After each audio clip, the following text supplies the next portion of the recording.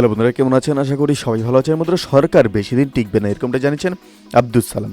বন্ধুরা, বিএনপি চেয়ারপারসনের অন্যতম উপদেষ্টা ও ঢাকা মহানগর দক্ষিণ বিএনপির আহ্বায়ক আব্দুস সালাম বলেছেন যে গত 7ই জানুয়ারি নির্বাচন ছিল ডামি নির্বাচন।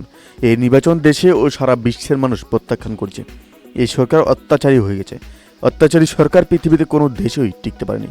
আমরা মনে করি এই সরকারও বেশি দিন টিকতে পারবে না। বৃহস্পতিবার রাজধানীর নয়াপল্টনে ভাসানী ভবন মিলনায়তনে ঢাকা মহানগর দক্ষিণ বিএনপির মত বিনিময় সভায় সভাপতির বক্তব্যে এসব কথা বলেন তিনি। আব্দুল সালাম বলেন যে দেশে মানুষ দেখছে 95% লোক ভোট দিতে জানে। এই নির্বাচন পৃথিবীর কারোর কাছেই গ্রহণযোগ্য নয়, বাংলাদেশের মানুষের কাছে তো মোটেও গ্রহণযোগ্য নয়। কাজেই কর্মসূচি আসবে। বিগত দিনে যে কর্মসূচি ছিল তার থেকে এবার আরও তীব্র কর্মসূচি ঘোষণা করা হবে।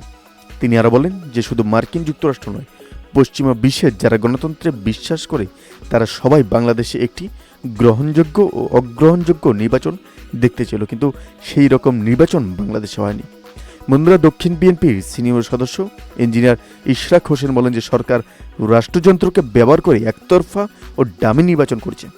বিএনপি সব বিরোধী দলের গণতান্ত্রিক আন্দোলনকে নিষ্ঠুরভাবে দমন করতে দলীয় আইন শৃঙ্খলা বাহিনী আর বিচার ব্যবস্থাকে ব্যবহার করছে। বন্ধুরা, এই আপডেট সম্পর্কে আপনাদের কি মতামত অবশ্যই আমাদের কমেন্ট করে জানাতে ভুলবেন না।